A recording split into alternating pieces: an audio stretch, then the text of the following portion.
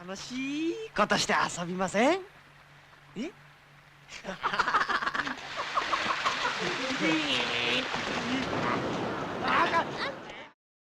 Film kali ini menceritakan tentang sepasang kekasih yang harus terpisah karena urusan masa depan. Gadis bernama Miki ini pun berinisiatif untuk mendedikasikan diri untuk mengabdi di jalan yang lurus dengan menjadi seorang biarawati atau suster. Tapi bangkainya di tempat pelatihannya itu dia malah jadi bulan-bulanan para pria hidung pelangi karena malah dikirim ke panti abal-abal. Lantas bagaimanakah cerita selengkapnya? Mari langsung saja kita masuk ke alur ceritanya.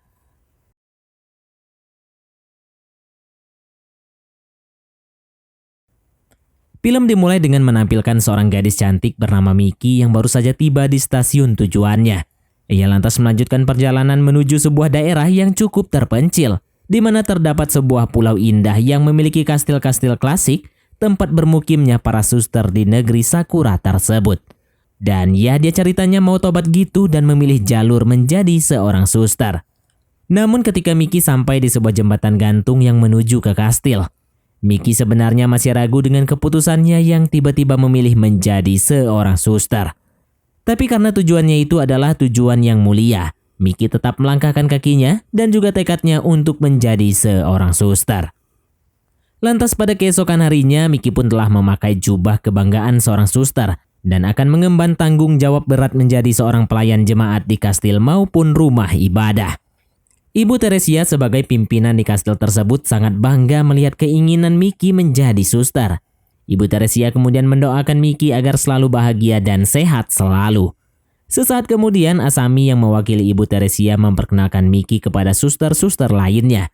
Kemudian Noriko, salah satu suster senior di sana, sangat salut dan gembira melihat Miki yang sangat cantik ini memilih menjadi seorang pembakti. Melihat hal itu, Asami dan suster lainnya seperti agak tersinggung karena Noriko terkesan agak berlebihan terhadap Miki. Dan dari percakapan mereka kita pun akhirnya tahu kalau Noriko ini merupakan sahabatnya Miki. Noriko pun memberikan sebuah kamar yang lengkap dan spesial untuk sahabatnya itu. Dan Miki pun sangat berterima kasih kepada Noriko yang telah menyambut kedatangannya dengan hangat. Malam harinya sebelum istirahat, Miki menggoreskan sebuah cerita tentang jalan hidupnya yang telah menjadi seorang suster. Namun tiba-tiba dia malah teringat Kumamoto, mantan kekasihnya semasa kuliah dulu. Yang mana ternyata cara berpacaran mereka itu agak di luar nurul. Mereka kerap kali melaksanakan perpusrengan, namun caranya yang sangat-sangat hardcore. Namun untungnya Miki segera sadar, lalu buru-buru membuang kenangan itu dan beranjak istirahat. Ketika tengah malam, Miki terbangun karena mimpi. Miki bermimpi bertemu dengan Kumamoto, mantan kekasihnya. Dan dari mimpi itu membuat Miki menjadi benar-benar basah. Saat itu juga Miki pun tersadar dan pada akhirnya ia pun segera memohon pengampunan dan menyesali kesalahan-kesalahannya di masa lalu. Miki sadar kalau seorang suster telah disumpah dan gak boleh memikirkan tentang kekasih. Keesokan harinya Miki pun bersiap untuk membersihkan diri.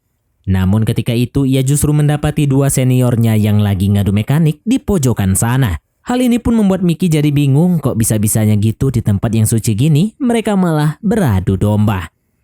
Lantas setelah beres, Ibu Teresia memberikan ujian pertama kepada Miki, yang mana ia akan mengirimkannya ke sebuah panti sosial dan tanpa berlama-lama Asami pun langsung mengajak Miki meluncur ke panti tersebut. Mereka pun ditemani seorang driver dan ketika di perjalanan Miki kemudian merasakan firasat buruk. Namun Miki memilih untuk menghiraukannya dan tetap tenang dan berharap itu hanya firasat buruknya saja. Lantas singkatnya setelah sampai di tempat tujuan, seorang pria bernama Hiroshi menyambut mereka dan berkenalan dengan Miki si suster junior. Kemudian Hiroshi memindahkan Miki ke panti sosial cabang miliknya dengan alasan di sana masyarakat lebih membutuhkan jasa dari Miki. Malam itu juga mereka pun bergegas ke sana, yang mana kebetulan lokasinya berada di pinggir pantai. Mereka pun lantas melanjutkan perjalanan dengan berjalan kaki.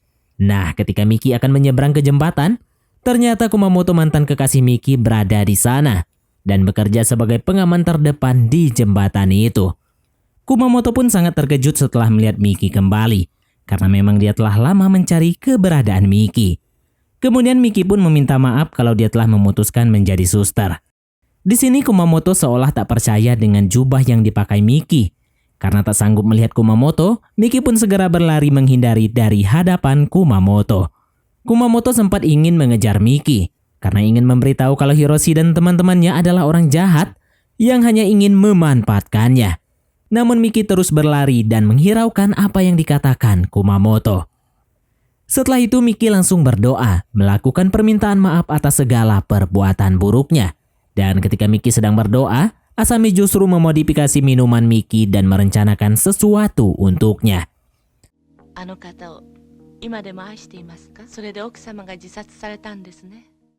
Setelah beres berdoa, Asami seniornya menyodorkan Miki minuman.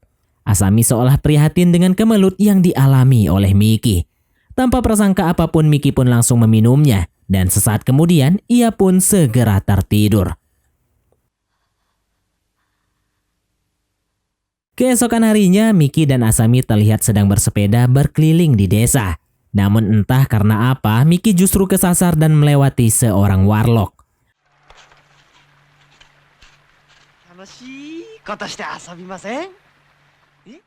Lantas kedua pemuda lain datang dan mereka langsung mengganggu Miki. Tapi untungnya Miki berhasil lolos. Namun karena nggak ada Google Maps, Miki pun berhasil ditemukan kembali. Dan ia pun langsung dipusreng oleh 3 warlock tersebut. Di sisi lain, Kumamoto kedatangan Asmi. Dan ia pun bertanya kepada Asmi tentang keberadaan Miki, kekasihnya. Asmi memberitahu kalau Miki baik-baik saja di dalam panti. Dan Asmi meminta supaya Kumamoto jangan mengusiknya kembali. Kumamoto yang mendengar hal itu lantas merasa curiga dan berusaha menyelidiki Miki di panti abal-abal milik Hiroshi.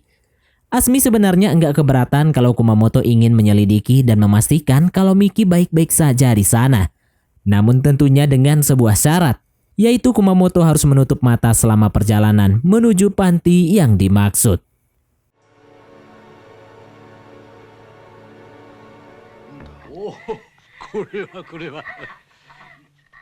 Singkat cerita, Kumamoto pun sampai di panti milik Hiroshi. Dan saat itu dia pun langsung dibuat kaget. Karena melalui jendela kedap suara ternyata Miki sedang dipusreng oleh 3 pemuda yang sama saat dia kesasar tadi. Kumamoto marah-marah dan meminta supaya Hiroshi mengeluarkan Miki. Namun di sini Kumamoto justru dibuat enggak berdaya karena penjaga Hiroshi yang jauh lebih kuat. Pada akhirnya Kumamoto juga malah ditahan di panti tersebut. Hiroshi lantas memperlihatkan Miki melalui jendela dan menunjukkan kalau ia sudah memasangkan sebuah alat yang bisa membuat Miki bergetar pada bagian semangka hanya melalui sebuah remote. Lantas sesaat kemudian ketika Hiroshi tengah lengah, Miki pun berhasil memecahkan kaca dan segera meloloskan diri dari panti tersebut.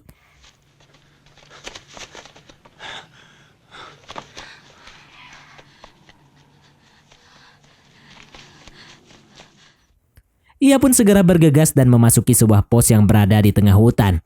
Dari kejauhan Hiroshi pun melihatnya dan lantas kembali mengeluarkan remote saktinya tersebut. Di sisi lain ternyata pos itu dihuni oleh seorang pria.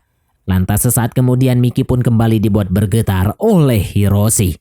Pemuda itu pun tampak kebingungan, yang mana pada akhirnya Asmi pun masuk dan kembali membawa Miki menuju ke pantinya lagi. Hari demi hari berlalu, Miki pun terus dijadikan bahan mainan oleh Hiroshi psikopat ini. Sampai suatu hari Miki dibawa dan dipertemukan kembali dengan Kumamoto di ruangan bawah tanah. Hiroshi kemudian datang dan membiarkan Kumamoto untuk berpusreng dengan Miki, tapi dengan cara yang benar-benar di luar nurul. Asmi yang melihatnya rada cemburu karena Hiroshi juga turut nimbrung. Akhirnya pada keesokan paginya, tanpa sepengetahuan siapapun, Asmi yang merasa cemburu ini lantas mengeluarkan Miki serta Kumamoto dari panti mereka. Mereka berdua pun segera beranjak dari sana dan menelusuri hutan dengan sangat bersemangat.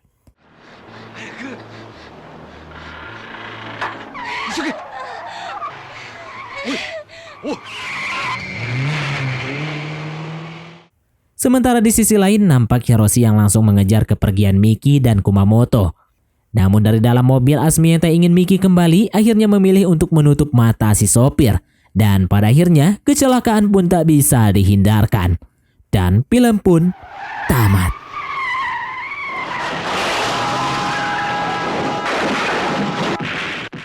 Oke baiklah, mungkin sampai di sini saja teman-teman untuk alur cerita film kita kali ini.